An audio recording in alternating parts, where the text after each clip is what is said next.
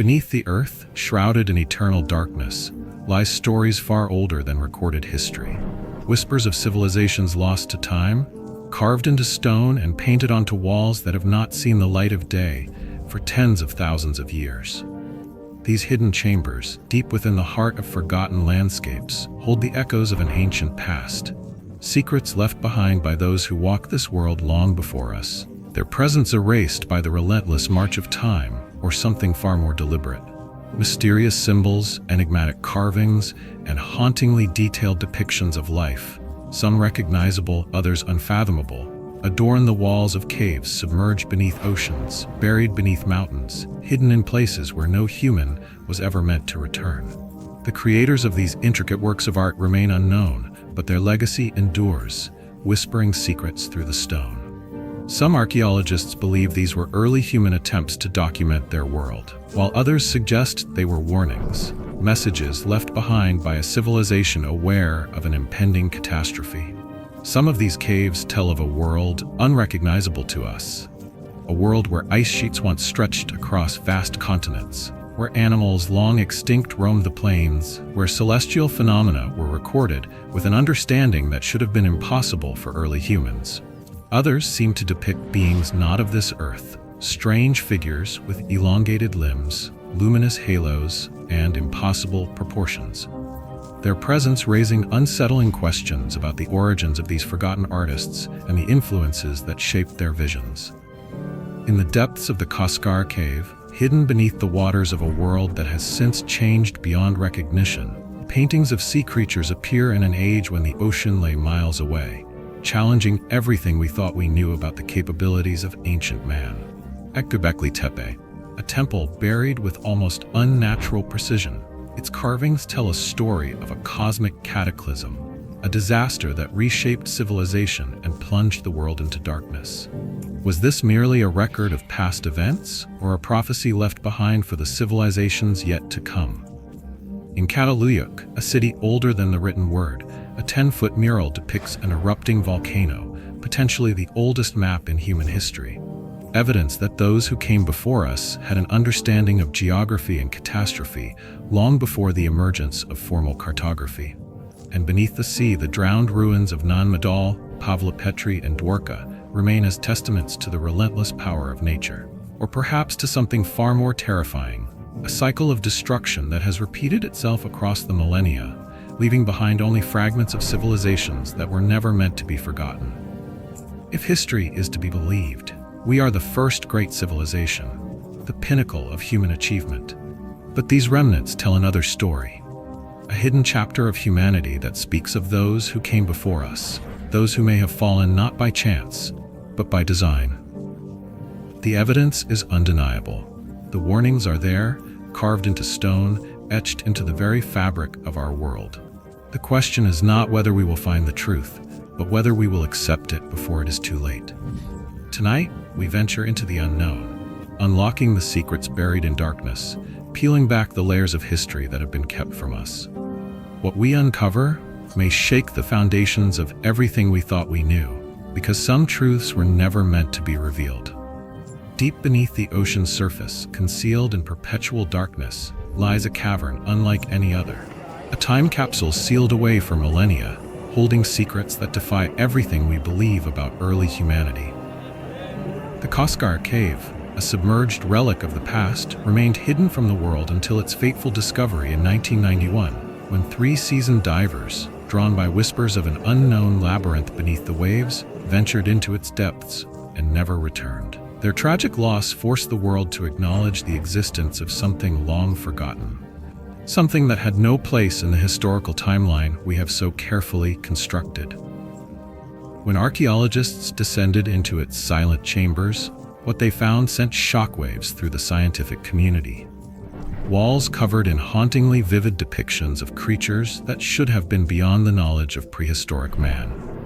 Unlike the famed Lascaux or Chauvet caves, where Ice Age artists immortalized mammoths, bison, and ancient horses, Koscare's walls told a different story.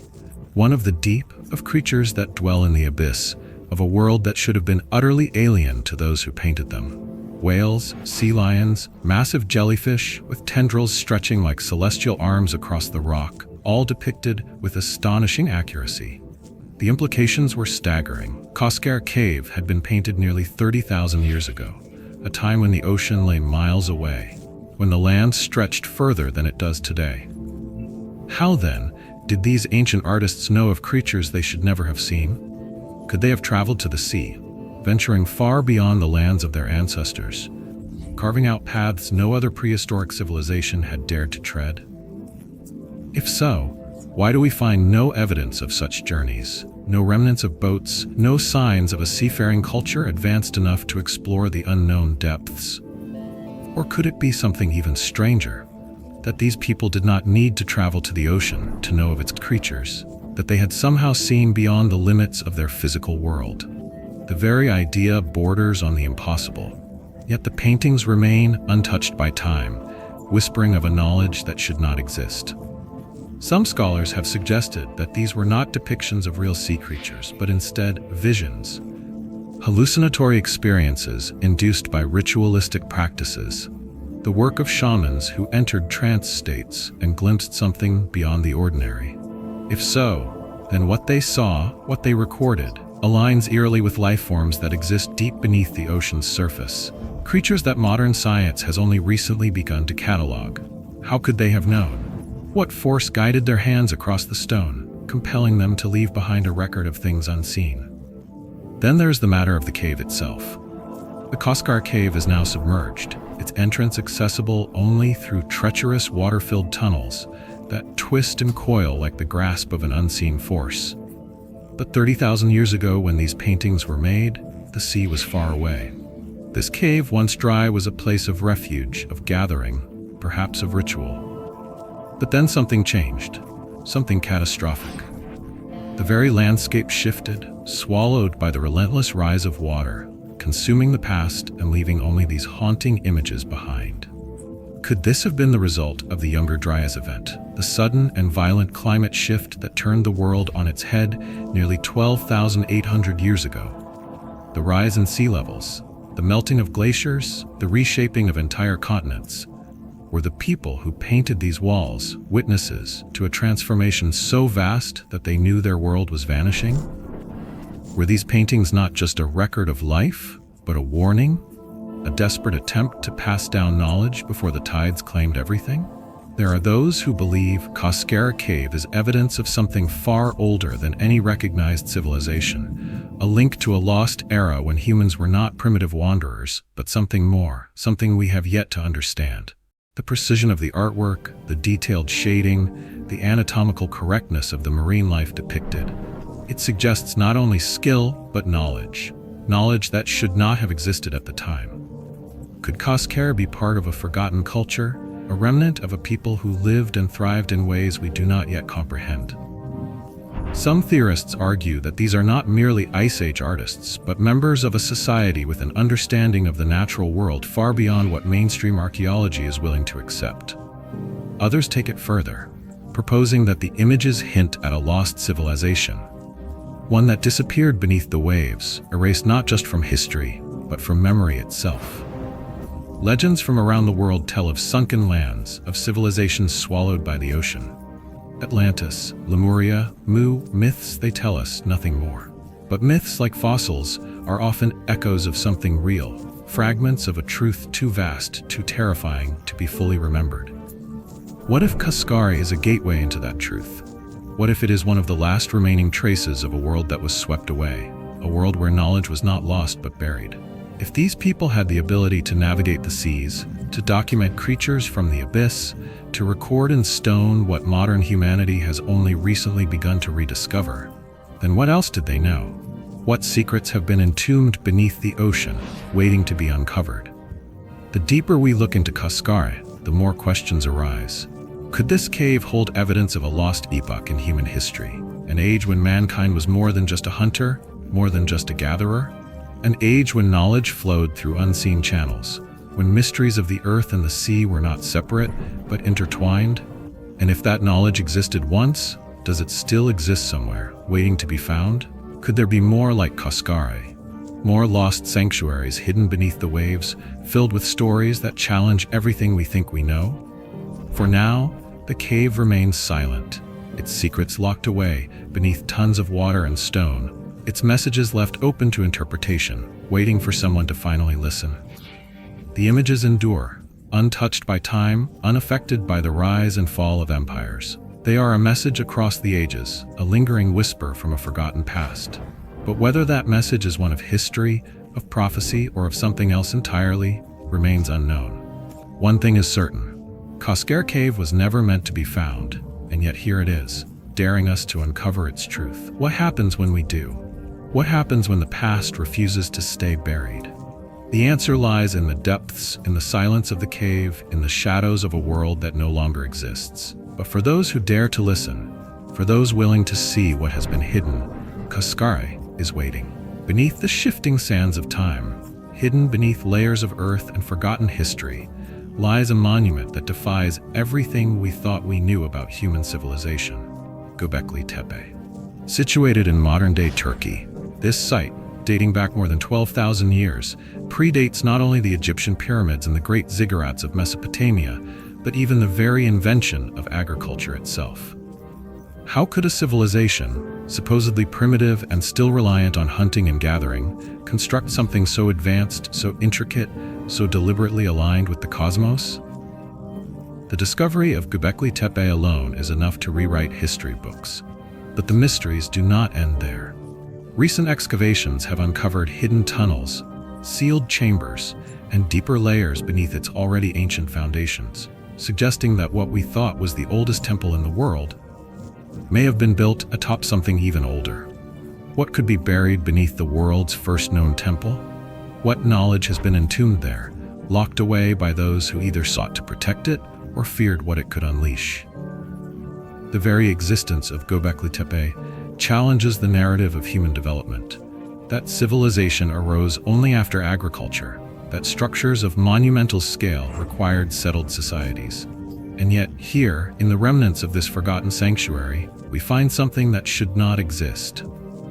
Massive T-shaped megaliths, towering above the landscape, some weighing more than 20 tons, carved with elaborate depictions of animals, celestial bodies, and beings with outstretched hands, all meticulously positioned to align with the stars.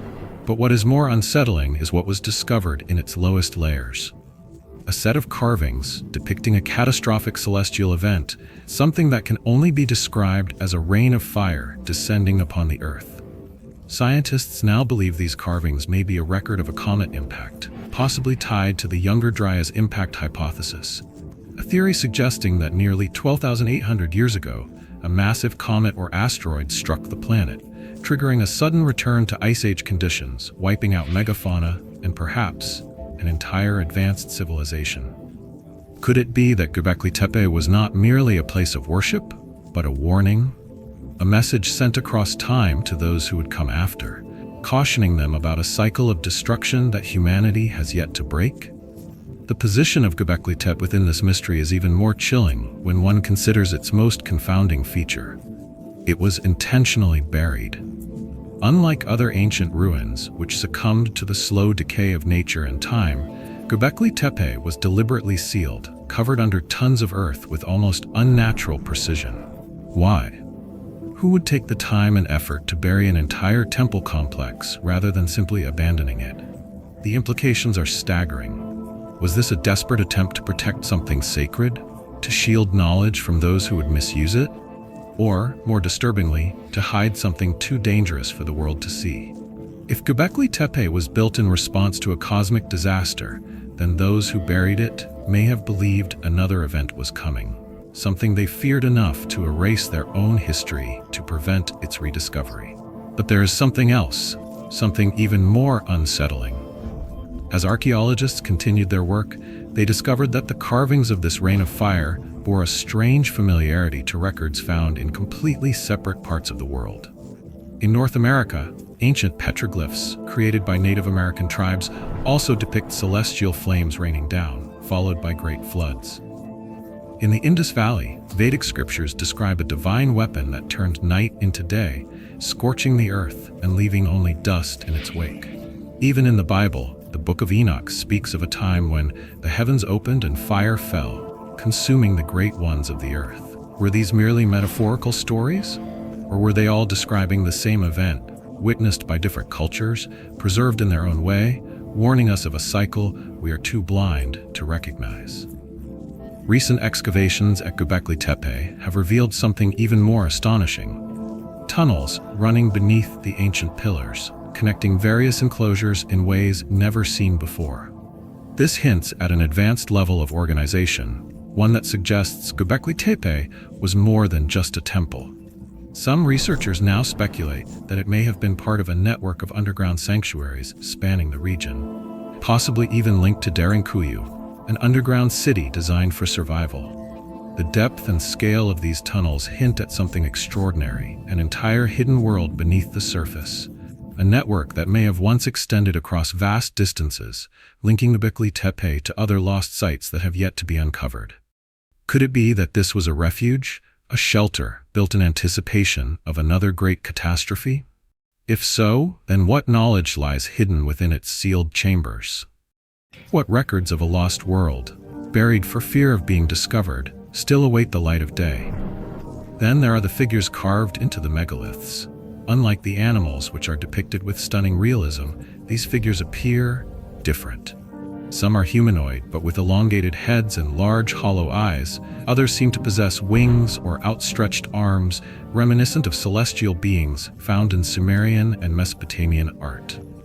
Could these be representations of the gods, as the mainstream narrative suggests? Or are they something else entirely?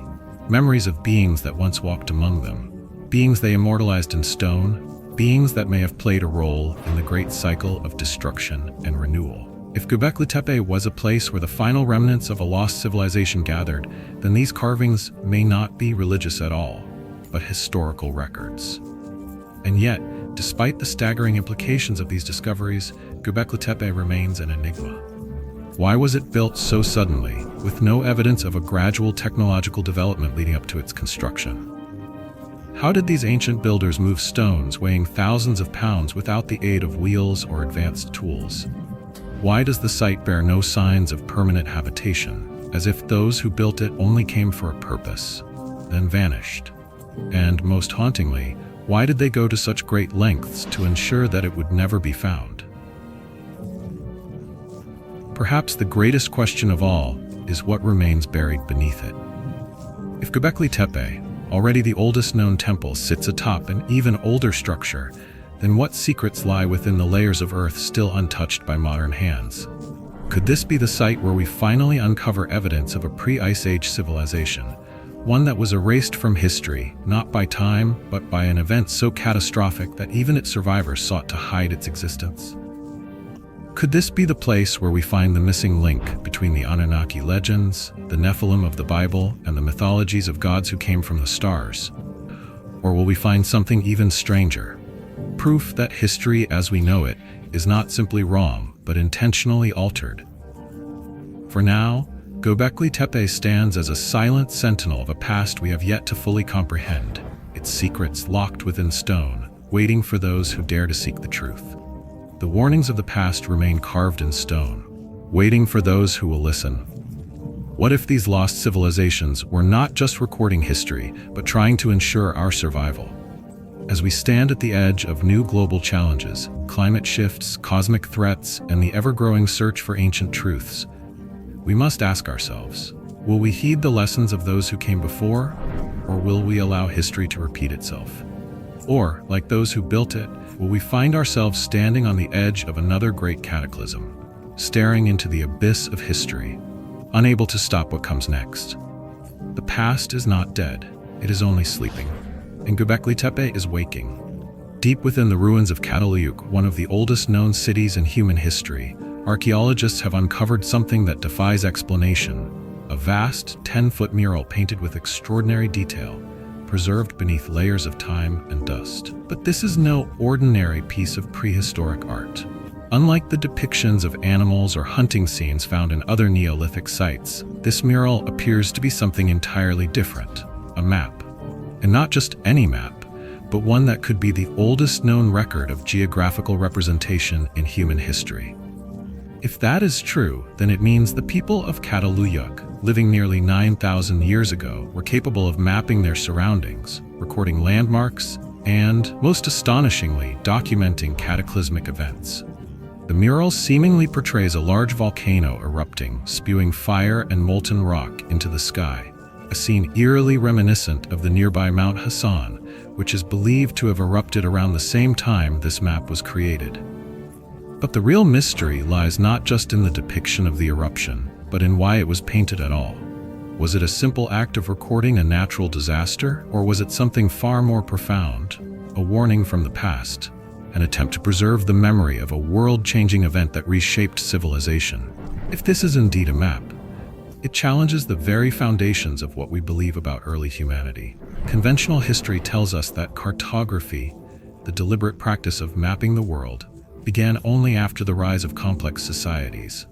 And yet, here in Catalhuyuk, a settlement that existed long before the pyramids, before Sumer, before even Göbekli Tepe, we find evidence of a people with knowledge far beyond their supposed capabilities.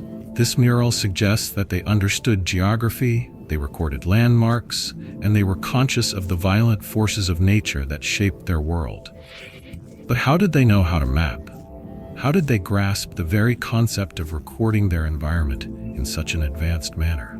Was this a skill they developed on their own, or was it passed down to them from an even older, unknown civilization? One that may have already fallen by the time Catalhuyuk rose. Even more unsettling is the symbolism of the eruption itself. Throughout history, volcanic eruptions have been seen as acts of divine wrath, celestial punishment, or omens of great change. Could it be that the people of Catalhuyuk did not just record an event, but sought to warn the future? To them, this eruption may not have been just a disaster, but a turning point, a moment so catastrophic that it altered the course of their civilization. If so, then this is not merely a map, it is a message from a people who may have seen their world collapse in fire and ruin, desperately trying to ensure that those who came after them would remember what had happened.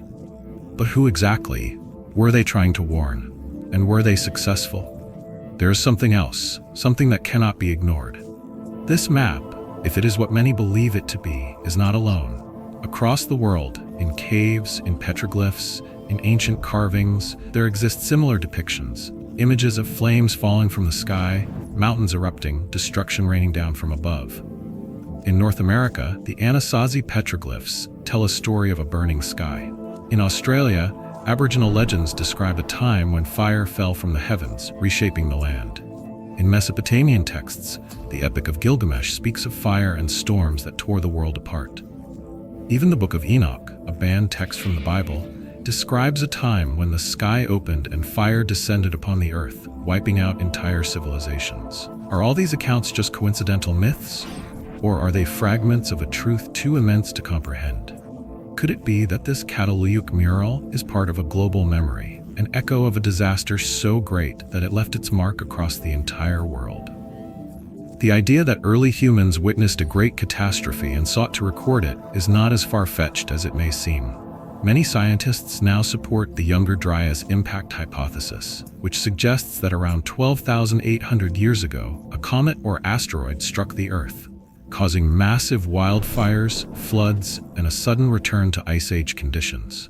This event is believed to have wiped out megafauna, disrupted early human settlements, and potentially erased an advanced civilization that existed before history began. If Catalhuyuk's mural truly records an eruption from 9,000 years ago, could it be that this was not an isolated disaster, but one of the last great aftershocks of a much earlier cataclysm? A memory carried forward from a time long before Catalhuyuk, before recorded history, before civilization as we know it. If so, then we must ask, what else did they know? The discovery of this map changes everything, but it is not the only mystery lurking beneath Catalhuyuk. Archaeologists have also uncovered strange underground chambers, buried deliberately, sealed away as if to protect something, or to keep something hidden. What lies beneath these structures? What knowledge has been buried alongside them? Some scholars have suggested that Catalhuyuk itself may have been built atop an even older city, one that vanished long before it. Could this lost city be the key to understanding not just the mural, but the entire history of human civilization? If Catalhuyuk's inhabitants were the inheritors of lost knowledge, passed down from an unknown source, then what else might we find if we keep digging? There is also the question of why Catalhuyuk was abandoned. Unlike many ancient cities that fell due to war, invasion, or gradual decline, Catalhuyuk was mysteriously deserted. No signs of an enemy attack, no records of famine or plague, just a slow, methodical departure. Why would a thriving settlement, one of the first of its kind, be left to crumble? Did they foresee something coming? Did they witness yet another disaster, another shift in the Earth's balance that forced them to flee? Or was their knowledge of past catastrophes so deeply ingrained that when they saw the signs, they knew it was time to leave? It is also worth noting that Catalhuyuk was a highly unique city in other ways as well. Unlike later civilizations, it had no central temple, no palaces, no clear hierarchy. Its people seemed to live in a strange form of equality, their homes connected in an intricate honeycomb pattern, almost as if they were designed to protect against something. Perhaps the Earth itself. Was this city built with a deliberate design to withstand future disasters? Did its architects, thousands of years before written history, already understand the patterns of destruction that shaped the world? And if they did, then where did that knowledge come from? The mural of Catalhuyuk is more than just a painting. It is a key to a past that we have only begun to glimpse, a past that may contain not just the story of an ancient eruption, but the story of an entire lost world. The eruption of Mount Hassan may have been a defining moment for these people. But what if it was also a symbol of something greater? A representation not just of fire and destruction, but of cycles of catastrophe, cycles of civilization, cycles that we may still be trapped within today. If the people of Catalhuyuk sought to warn us, then the real question is, have we listened? Perhaps the answer lies not in the ruins of Catalhuyuk itself, but in what we choose to do with the knowledge it offers. Beneath the ancient landscapes of Turkey, hidden beneath layers of earth and time, lies one of the most enigmatic structures ever uncovered, a vast underground metropolis known as Derinkuyu. Unlike any other known subterranean settlement, this colossal network of tunnels, chambers, and passageways plunges deep into the earth, capable of housing up to 20,000 people alongside their livestock, supplies, and even places of worship. But what could have driven an ancient civilization to construct things so elaborate, so meticulously designed, with ventilation shafts, hidden escape routes, and massive stone doors capable of sealing entire corridors from within?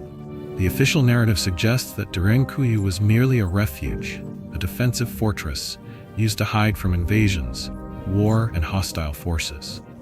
But as archaeologists dig deeper into its secrets, another possibility emerges, one that is far more unsettling. What if Derinkuyu was not built to hide from enemies of flesh and blood, but from something else entirely? What if its builders were not escaping from an army, but from a catastrophe of celestial proportions? There are legends, whispered through the corridors of history, that tell of a time when fire fell from the sky, a time when the heavens raged and forced humanity into hiding. The Book of Enoch, an ancient and controversial text banned from many religious canons, speaks of a war waged between celestial beings, of angels descending in wrath, and of mankind fleeing beneath the earth to escape their judgment. Could it be that Derinkuyu was built not as a mere shelter, but as a sanctuary against a world-ending event? Across the globe, similar myths exist, tales of fire raining from above, of a great reset that wiped away the civilizations that came before. The Hopi of North America tell of a previous world that was destroyed by flame, forcing the survivors underground until it was safe to return. The ancient Indian texts of the Mahabharata describe wars fought with weapons so powerful that they left the very air poisoned, forcing the survivors to flee to hidden cities beneath the surface. Are all these merely symbolic stories? Or are they fragmented memories of something very real, something the builders of Derinkuyu knew would happen again? The layout of Derinkuyu raises more questions than answers. Unlike other underground cities, which were often crude shelters dug in desperation, this was a planned city, one that required knowledge of engineering, architecture, and even geology. The complex was carved into volcanic rock, a material chosen deliberately for its resilience against shockwaves, fire, and extreme conditions. The tunnels were not merely haphazardly dug, but strategically designed with multiple exits, interconnected with other underground settlements through miles-long corridors, suggesting an intentional network, perhaps an entire civilization accustomed to hiding beneath the surface. And then, there are the massive rolling stone doors, some weighing several tons, capable of sealing off sections of the city instantly. Who or what were they trying to keep out? If this were merely a refuge from human invaders, why the need for such sophisticated defensive mechanisms? What kind of enemy were they truly preparing for? Modern archaeology struggles to explain when exactly Derinkuyu was built. Some suggest it dates back to the Byzantine period, but evidence points to far greater antiquity, perhaps as far back as 10,000 years or more. If true, that would mean Derinkuyu predates every known empire, every known written record, existing in a time when history tells us humans were still living in small tribal groups. But how could such a vast, organized effort, one requiring advanced knowledge of underground construction, be undertaken so early in human history? Did they learn this skill themselves, or did they inherit it from an even older civilization, one that was already familiar with catastrophe? If Derinkuyu was meant to shield its inhabitants from a disaster from the sky, then what was it that they feared? One theory suggests that these ancient builders may have witnessed or even anticipated a comet impact, a cataclysm similar to the Younger Dryas impact event, which is believed to have occurred around 12,800 years ago and triggered a sudden return to Ice Age conditions. Could the survivors of that event, having seen entire landscapes consumed by fire, have passed down knowledge to future generations, warning them that such devastation could return? If so, then Derinkuyu may not have been built in response to a single event, but in preparation for a recurring cycle of destruction, a cycle humanity has forgotten, but one that the ancients desperately sought to remember. Perhaps even more chilling is the symbolism found within Derinkuyu's depths. Certain carvings appear to depict humanoid figures with elongated heads, eerily similar to Sumerian depictions of the Anunnaki, being said to have descended from the heavens to shape early civilization. Others depict serpentine figures intertwined with celestial bodies, a theme that repeats in ancient cultures worldwide, from the feathered serpents of Mesoamerican mythology to the serpent guardians of underground realms in European and Asian traditions. Could it be that Derinkuyu's builders were not only protecting themselves from natural disasters, but from something else descending from above? Even today, much of Derinkuyu remains unexplored. Archaeologists have only scratched the surface, with entire lower levels still undiscovered, sealed behind rock and time. What might still be hidden in the depths of this subterranean world? Could there be artifacts from a forgotten era, remnants of technology or knowledge that predates even our earliest civilizations? Some speculate that beneath Derinkuyu there may be passages leading to even older structures, ones that have never seen the light of day since the world was last consumed by fire. If these tunnels continue downward, where do they lead? What were the ancients truly hiding from? The lost city of Derinkuyu is more than just a marvel of ancient engineering. It is a relic of a forgotten past, a whisper from those who lived through something we cannot yet understand. Whether it was built to withstand an invasion, a celestial war, or an extinction-level event, one thing is clear. Its builders did not create it out of fear. They built it out of knowledge. They knew something we do not, something we may not be prepared to face. If we wish to understand why they carved a city beneath the earth, we must ask ourselves, what did they see? What did they know? And are we, like them, standing at the edge of another great disaster?